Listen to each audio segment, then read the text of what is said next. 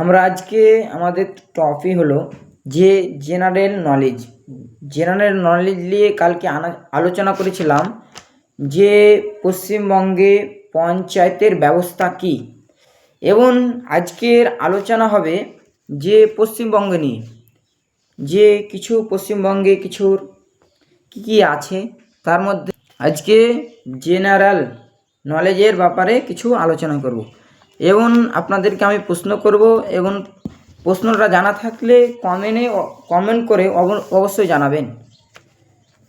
তো কমেন্ট করে জানাবেন অবশ্যই। প্রথম প্রশ্ন হলো নাম্বার 1, যে পশ্চিমবঙ্গে কোথায় চিড়িয়াখানা আছে? পশ্চিমবঙ্গের কোথায় চিড়িয়াখানা আছে? নাম্বার 1, প্রথম প্রশ্ন হলো যে পশ্চিমবঙ্গে কোথায় চিড়িয়াখানা আছে, এবং দ্বিতীয় প্রশ্ন হলো যে পশ্চিমবঙ্গে জাদুঘর কোথায় আছে। দুটো প্রশ্ন জানাবেন কমেন্ট করে। এবং প্রথম প্রশ্নটা বলে দেব। প্রথম প্রশ্নটা হলো পশ্চিমবঙ্গে কোথায় চিড়িয়াখানা আছে। এটা প্রশ্ন আপনাদের কাছে আমি করেছিলাম যে পশ্চিমবঙ্গে চিড়িয়াখানা আছে যে আলিপুর ও দার্জিলিংয়ে। এবং দ্বিতীয় প্রশ্ন হলো যে পশ্চিমবঙ্গে জাদুঘর কোথায় আছে, এবং পশ্চিমবঙ্গে জাদুঘর কোথায় আছে তার উত্তরটা হলো কলকাতায়। এবং তৃতীয় প্রশ্ন হলো যে পশ্চিমবঙ্গে কোন জেলায় মহকুমা নেই। পশ্চিমবঙ্গে কোন জেলায় মহকুমা নেই? পশ্চিমবঙ্গে কোন জেলায় মহকুমা নেই? উত্তরটা হলো কলকাতায়। এবং একটা গুরুত্বপূর্ণ, আমাদেরকে যারা আমরা পশ্চিমবঙ্গে বাস করি তার জন্য আমাদেরকে জানা একদম গুরুত্বপূর্ণ যে পশ্চিমবঙ্গে সর্বপ্রথম মুখ্যমন্ত্রী কে ছিলেন, মুখ্যমন্ত্রীগণ কে ছিলেন, পশ্চিমবঙ্গে প্রধান মুখ্যমন্ত্রী কে ছিলেন। আমাদের এই প্রশ্নটা একদম জানা একদম জরুরি। এবং কে কে ছিলেন?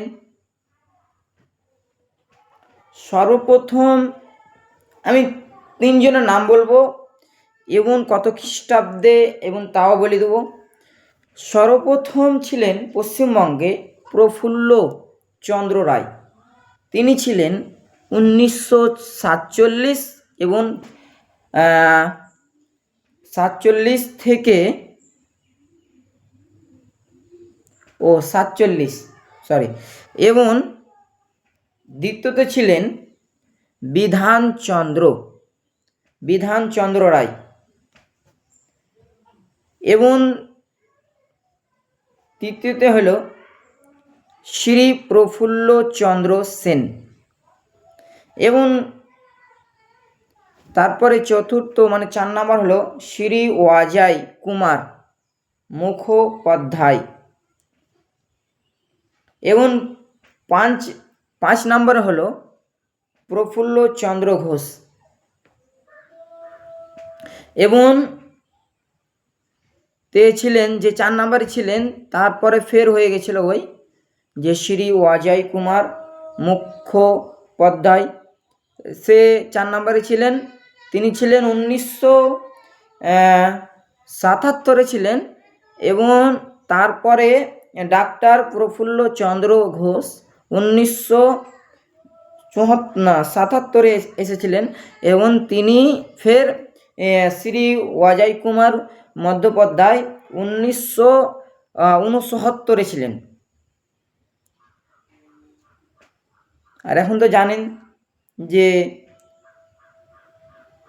আমাদের মমতা ব্যানার্জি 2020 থেকে 2011 থেকে বর্তমানে এখন আছে।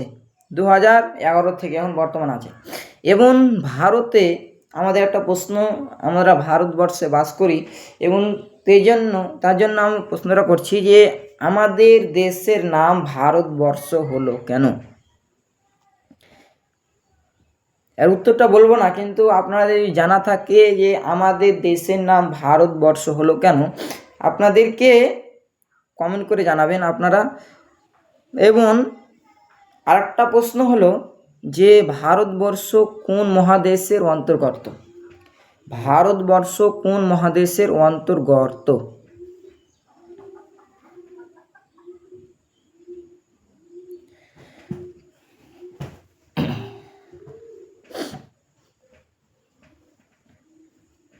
উত্তরটা হলো যে এশিয়া মহাদেশের অন্তর্গত। এবং ভারতবর্ষে মোট জনসংখ্যা কত আছে?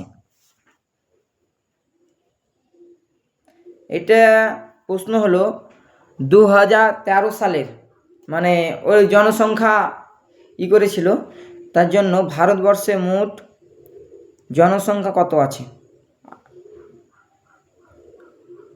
ভারতবর্ষে মোট আয়তন কত আছে?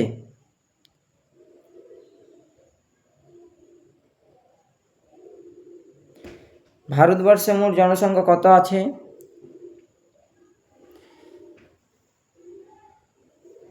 130 কোটি। 2013 সালের গণনা করা ছিল এটা।